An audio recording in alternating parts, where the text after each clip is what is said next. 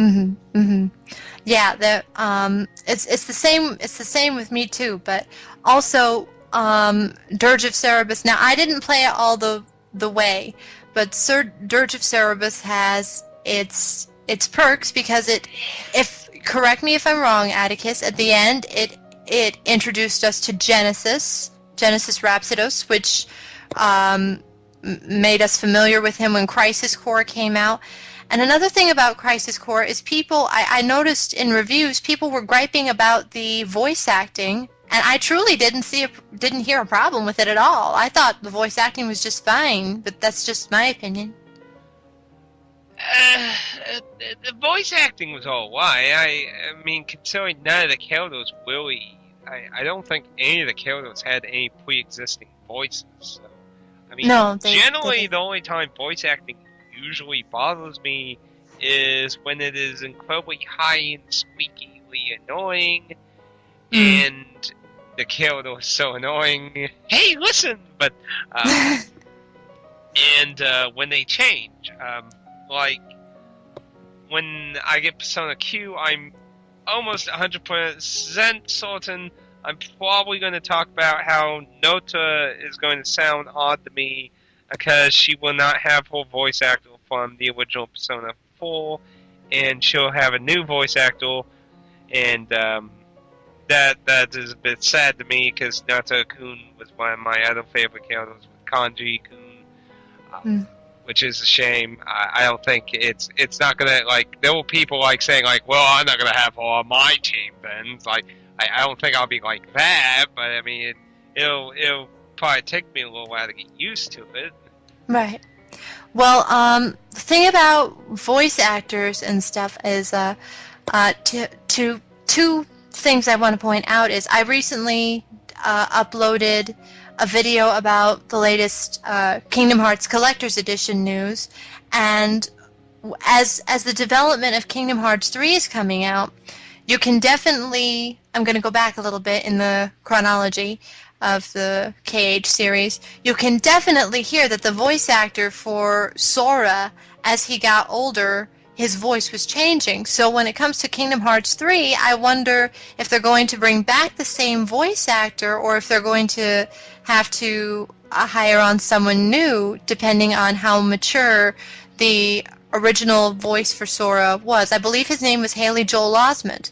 Yes, I'm pretty sure that was his name. But then again, voice actors can be very versatile because have you played the video game Nier Gestalt? Or yeah. Didn't we already discuss that? I know, but we weren't recording then. Those were like. I'm just joking. Of course I have. Yeah. Okay. Oh, you're making me nervous, Atticus. Oh, that's fine. I'm just being stupid. Oh. Well, the woman who played Kaine, her name is Laura Bailey. Yeah. She also voiced Sarah, Lightning's younger sister, in Final Fantasy XIII, and I could not believe it. I thought, this is the same woman? Because actually, that's really interesting, because Kaine is probably one of the more foul-mouthed female people in gaming in a long while, so that's actually kind of interesting, because Sarah and Kaine are like the complete opposite of each other.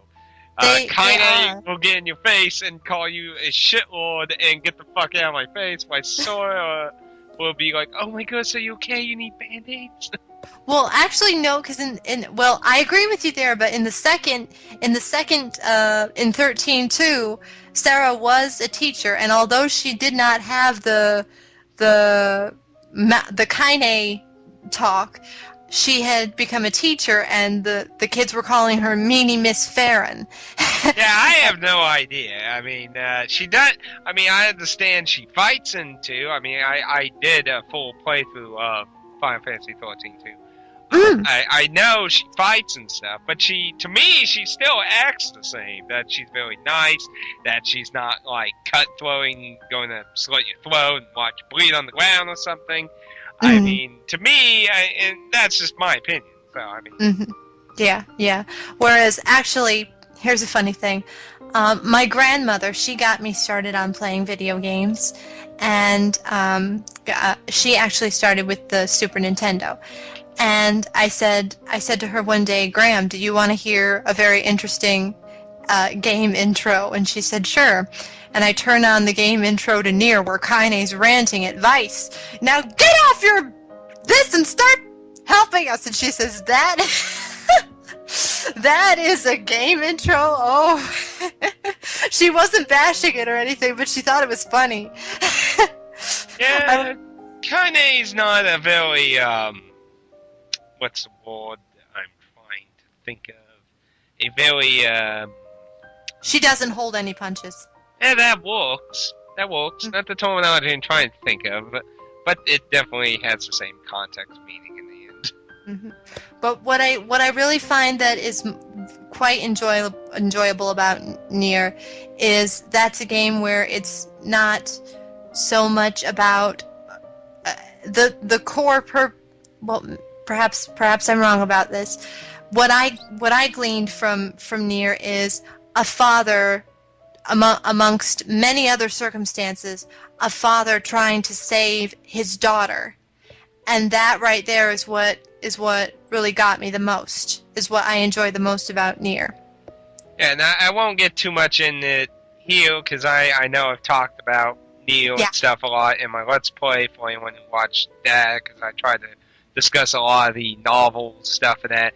And, I mean, I told you there's a lot more deeper meaning behind the scenes and stuff. But in truth, that is the main point from Nier's perspective, to save his daughter. I mean, that is his perspective of the very main goal of the game. But at the same time, it was also very bittersweet, because I'm gonna do my best to not spoil anything, but you'll know what I mean when I say it. During a certain part of the game, a different character in turn had to lose somebody they cared about, but this had to happen in order for Nier to save Yona. Do you get what I'm? Yeah, you get what I'm talking about. That's what I'm trying to say without giving away any spoilers for anybody who hasn't played the game yet. But also, I'm not that. I had no idea that Nier was a spin-off from the Drakengard series. Yeah. Yeah, and I have researched before I buy a game. I like to research it. I researched Drakengard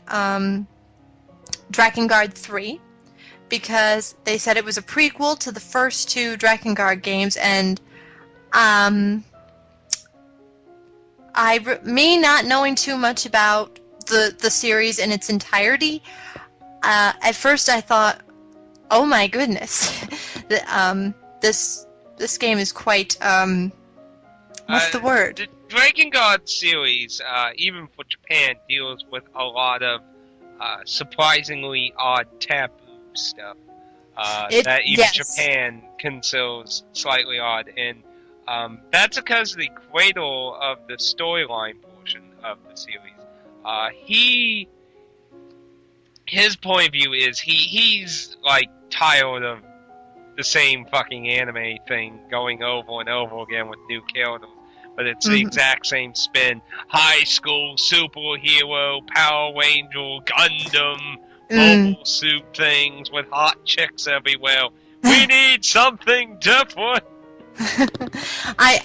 Speaking of what you just said, I feel like Hyperdimension Neptunia was. I played two titles in that: Hyperdimension Neptunia and Hyperdimension Neptunia Victory, and I did enjoy those because I thought, I'm a girl, okay, so I will admit that I thought they were cute. I thought they were really cute. I'm a fan of anime and stuff, but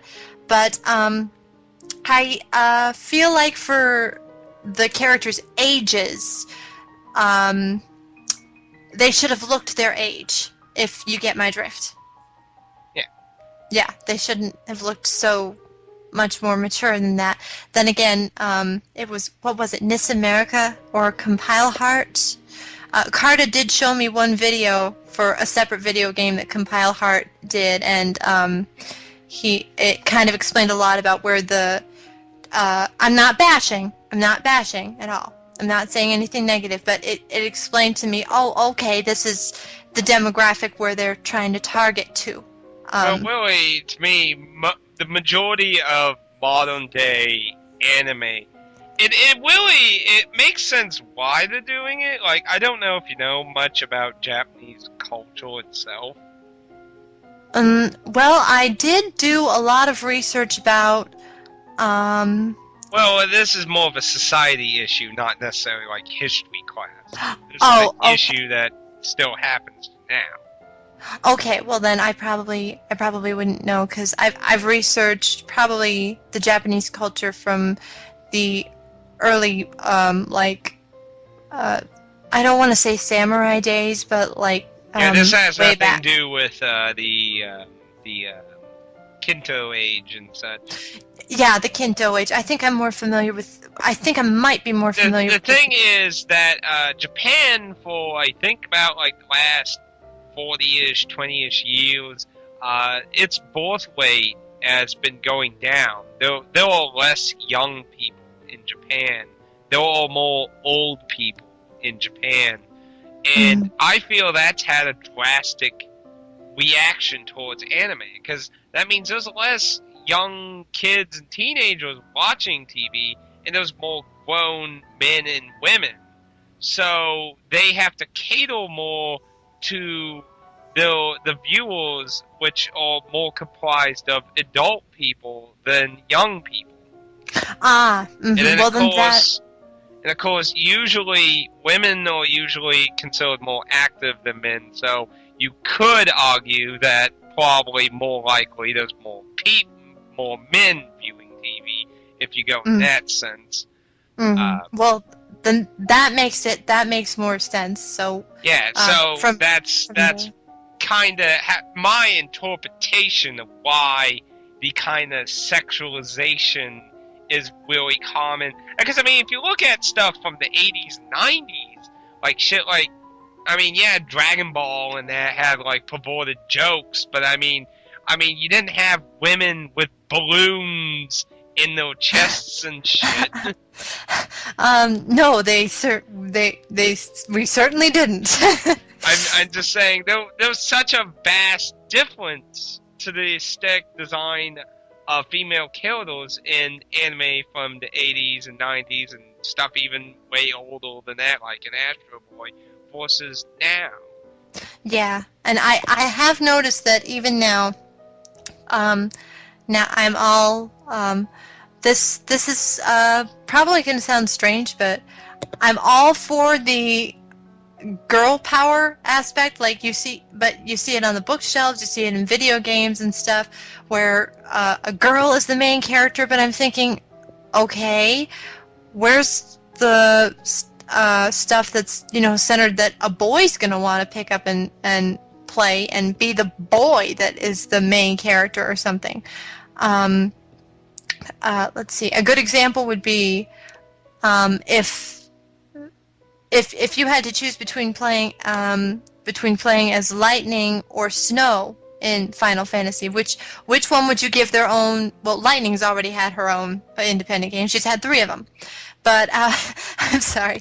But out of all the other characters, who would you want to see get their own game spin-off, male or female? It doesn't matter. But like, yeah. I would go with Lightning because she's a more interesting character. Okay, because I feel like the girl main character, like in Drakengard 3, it was a girl as the main character. And I'm not bashing that. I'm not bashing that at all. But it just seems like there aren't enough, or maybe I'm just not looking hard enough. There may not be enough games, or modern day games, I mean, where there is a boy as the main character. It seems like you have to balance it out a little bit. Or maybe I'm just thinking too much along the books. Wait. So, I just want to make sure I'm understanding this. So, are you trying to say you feel like there's more games that have female main characters than guys? Yes, only from what Wow. I've played. Only from what I've played. Only from. I find that really, I'm not saying you're lying or wrong or anything. I find that funny because of Gamergate that's been happening for the last 2 weeks when you got people like Anita Sarkeesian who's claiming that every, like, female lead is sexist and diminishizes women and stuff constantly. So, I just found that kind of interesting, that aspect of you saying that you feel like there's a lot more women characters. Well, no, I wasn't talking about that aspect. I just feel like when I first started playing with my PlayStation 2 and my PlayStation 1, and I remember playing Dark Cloud, the first Dark Cloud. It was a male, a young man, Tone. I remember his name, Tone, and yeah, well, it has been years, and of course Chrono Trigger. The main character was Chrono. Breath of Fire. It's not. I'm not trying to say that using a girl as a main character is. Now I'm getting really, really nervous. You can edit this any way you want. I'm not trying to say that using a girl as the main character is like doing what that woman said. I just feel like no, I'm not saying you're saying that. I find it. I can't see. No. I think you're. Are you thinking I'm saying you're agreeing with her? No. That's totally not what I'm saying. I find it funny because what you're saying is countering what she bitches about a lot. Like, oh, every game has millions of guys who are sexist and whatever freaking other words for people who hate women and don't want them in the world. Well, well, I just feel like there should be an equal balance, really, between the games that are meant for. I'm going to say this carefully. Games that are centered towards young gamer guys who want to save the world, and then there are the gamer girls who want to save the world too. Something like that. It doesn't have to be a terribly graphic game or a terribly or a game with a theme that could be inappropriate or something. It could just be a game where you walk away thinking yes when you're in the final battle, and that's what I love about games where you can customize your own character. I had been searching all over for one until I finally found one. I almost bought Skyrim. I'm still looking into Skyrim, but there's another MMO right now called ArcAge. I don't know if you've heard of it. The only MMOs I've ever played: World of Warcraft, Final Fantasy XI, the Shin Tensei Image, and Phantasy Star 1 and 2 on the original Xbox. Well, I haven't played ArcAge yet. I would like to. I just haven't gotten around to it yet. I think it might be free, but then again, if you buy certain packages, it can go up to $150. I'm usually not into the whole free MMO thing. Not to say there ain't any good ones. I've seen ones that have had, because sometimes I watch I can't remember what his show is called, MMO Winder or something. He's affiliated with that guy with the glasses. I watch his stuff occasionally here and there, and I mean, I've seen some models that look like they're interesting and fair, but for the most part, to me, a lot of them just feel like they want to make the game long, unless you throw bucks their way. But on another note, I want to know your opinion of this. This was kind of surprising when it was. I did not expect the video game The Last of Us to become such a phenomenon that it is, and I've researched it and everything, and I think it's awesome. That I think is Troy Baker, and here's another fun fact: Troy Baker, who plays Joel, You know who I'm talking about? I have not played The Last of Us yet. I've been holding out to get the PS4 version, because I Oh, plan on getting the PS4 for Black Friday. But I do know a bit about it, because when I went to Utah Comic Con, I bought for my friend Matt as a gift. And I've seen a few videos. I haven't seen like a full Let's Play. I've seen like the beginning point up to where one particular character got bit, and I won't go too much into the context of it. yes. But that's about as far as I went into it. So I know the little girl. The guy was named Joel, wasn't he? Yes. The guy who lost his doll at the very beginning. I don't mind spoiling that. That's at the very beginning. That was probably in trailers and shit. Yeah. So don't freak out. Yeah. Like, if it's in a trailer at the very beginning, I don't care much about it. Well, two fun facts about that game I know is that game was not just voiced by the actors, it was entirely motion captured. They would, actually I have 3 fun facts. They would go in, each day, and they would put on the motion capture suits, and they would literally act out the scenes with the microphones hooked up next to their, like, on their headsets. So what you're seeing from the characters in terms of their movements was the actual movements of the voice actors that played them. And Troy Baker, who is a voice actor. Which, by the way, if you don't mind me interrupting, for anyone listening right now, if you don't know who Troy Baker is, maybe this line will help realize some RPG people. You mess with the bull, you get the horns! Troy Baker is the voice actor for Kanji-kun from Persona 4. Oh, well, guess who else he's the voice actor for? I never. He does a lot of stuff. He also did the Joker in one of the Batman games. Yes, too. He did. He does rap. I was shocked when I heard his rendition of the Joker because you couldn't tell. But guess who else he did? I don't know if you know this. Guess who else he did? I know some of his roles, not like every single one off the top of my head. Mm-hmm. Well, he's done so many, but he was Snow Villiers. Oh, really? Yes, he really. Was Snow. Yes, he was Snow. That was Snow. Yes, he was Snow. Wow.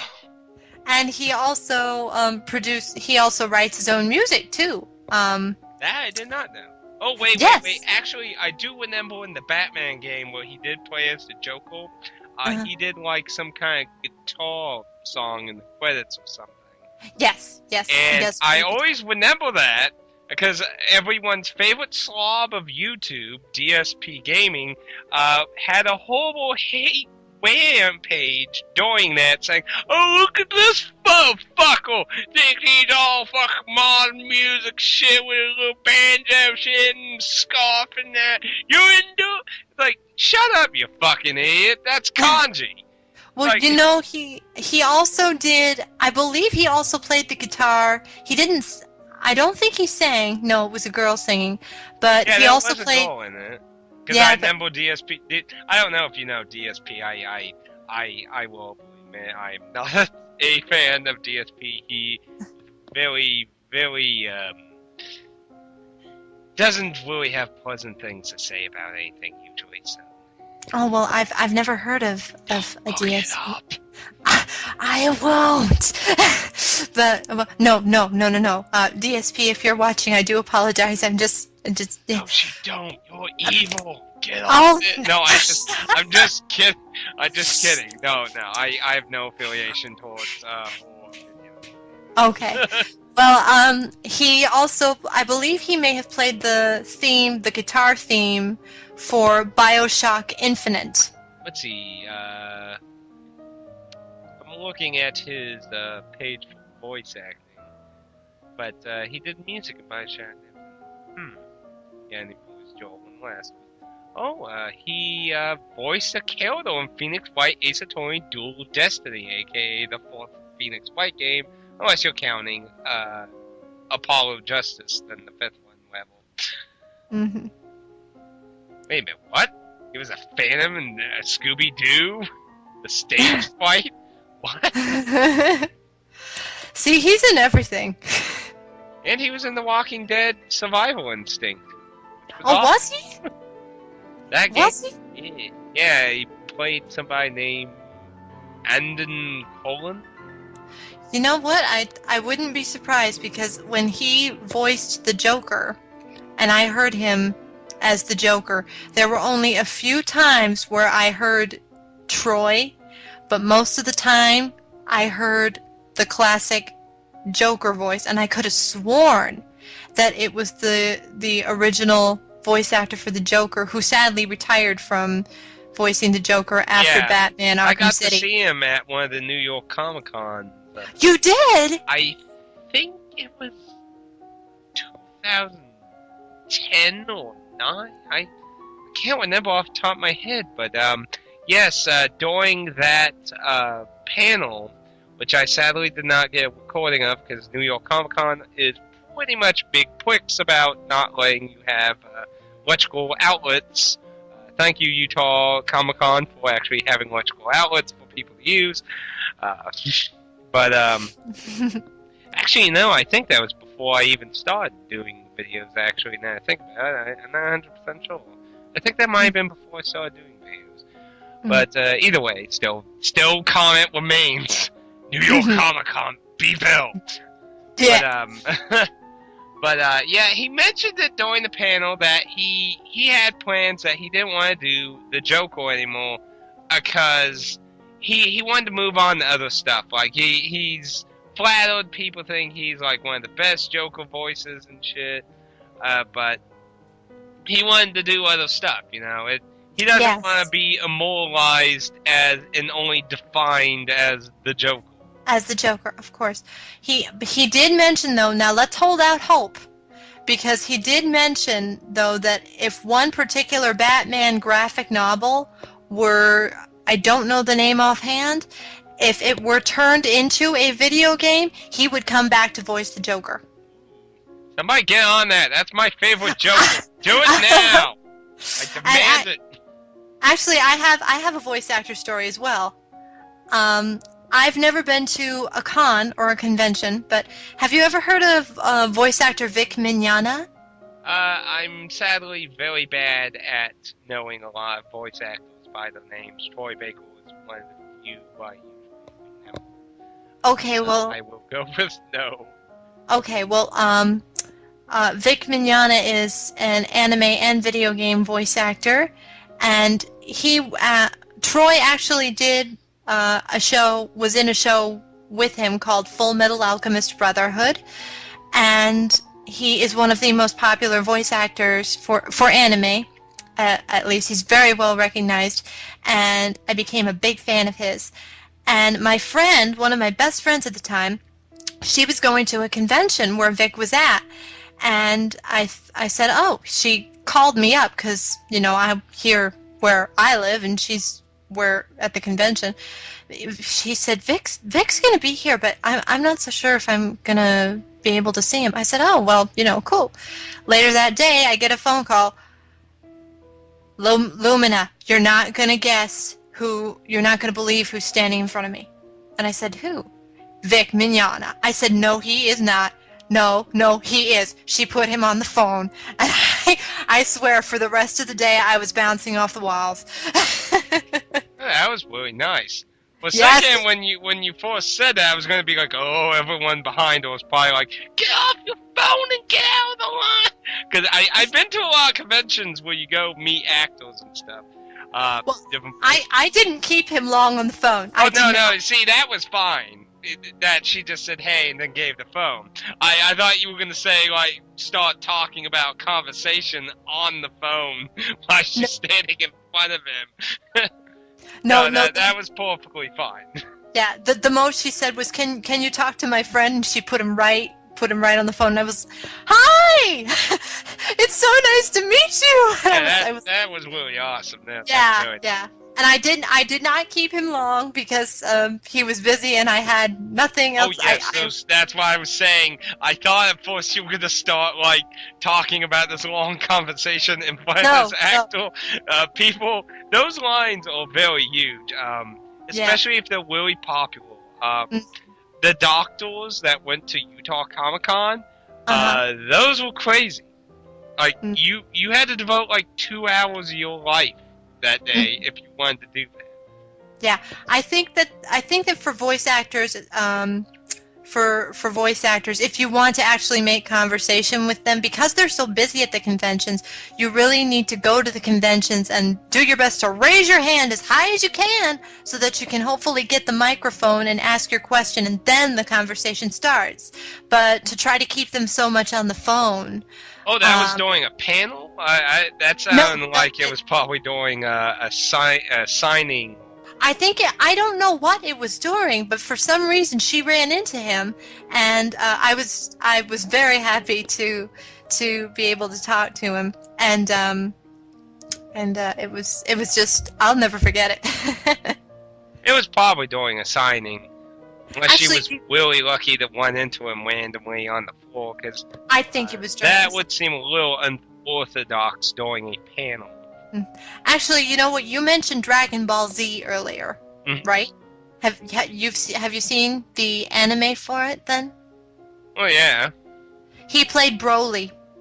Really? That's Yes. actually one of the only movies I don't think I've seen. Oh, okay. I mean, I know who he is and story and all that crap with him. I think that one, the newest one, and that weird one that came with the one of the newer games that had like some pinkish alien dude, or like some of the only movies I haven't seen. But back to The Last of Us really quick. Did you know The Last of Us has gotten so popular that I think I'd have to go to Wikipedia to check it out again. They've approved it to turn it into a movie. Yep. Yeah. And there again, I wonder. I'm not saying it would be a bad film, but we already have the video game, so it's either make a film or a video game. So Well, the thing is adaptation of the video game, as far as I'm aware of. So it would be either be the same story or the Resident Evil movies, which let's butcher and completely destroy everything. Yeah, what I worry about the most is, I think the thing to worry about the most is if they go to make the movie, they're going to take for granted, okay, everybody has already played this game, they know what this and that is going to happen, we don't need this scene, we don't need that scene, whereas in contrast to those who don't play video games and want to see the film, there might be a lot missing that they can't put the pieces together and nothing makes sense. Personally, I think the odds are they're probably just going to do their own thing. Considering how most video game movies go, they're most likely just going to do their own thing. Which, I mean, that ain't always a bad thing. I know I always hype on about the Resident Evil movies. Oh my goodness, you basically bent over the entire franchise and just did horrible things to it that I'm not going to describe. And just, I mean, literally, like, I think it would have been interesting if they implanted a new story into the lore instead of just destroying and taking a crap on the lore.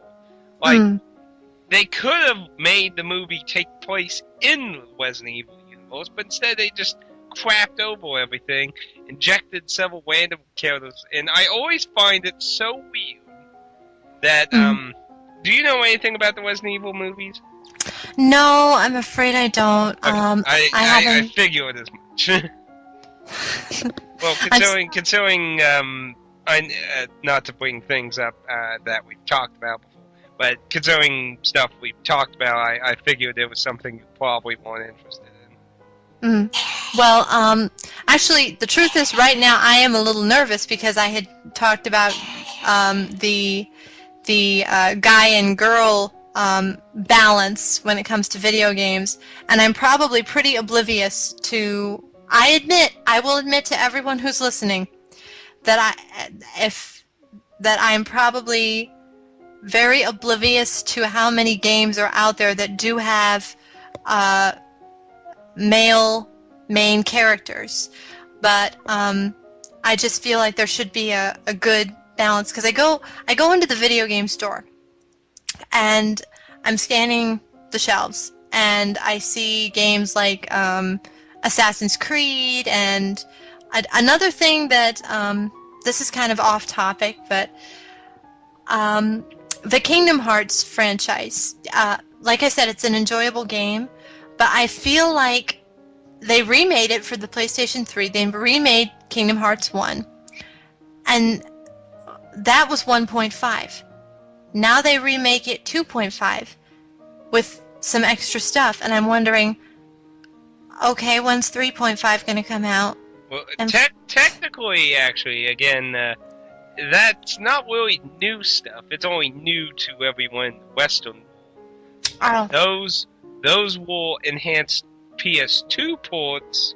You see, that stuff was all the way out on Japan's. They will what's the terminology they use for them? It's basically just a Wii release that had added content on the PS2 versions they had. Mm-hmm. The first one was called Final Mix in Japan. Yes, Final Mix. I can't remember what the sequels was, but as far as I'm aware of, those HD ports, they have no new content in them. They're just HD ports of the Japanese games that had new content. But I mean, they're new to us. I'm not trying to downplay it, but and I'll admit I'm being picky, but I am just trying to, truthfully, it's just us getting the Japanese versions. Well, and I'm not bashing the Kingdom Hearts series at all either. I think they're very enjoyable games, especially. Oh, I can do that for you. What was the first DS game? Somebody give me the first DS game and a hammer. I'll begin the bashing right now. Oh my gosh! Destroy that whole. No, anyone who likes that, I'm not trying to say anything about your taste. I don't like RPGs where you're trapped in a freaking room for the story. You just go to little boxes, kill things, and go back to the original box. But anyway, nothing. Look, just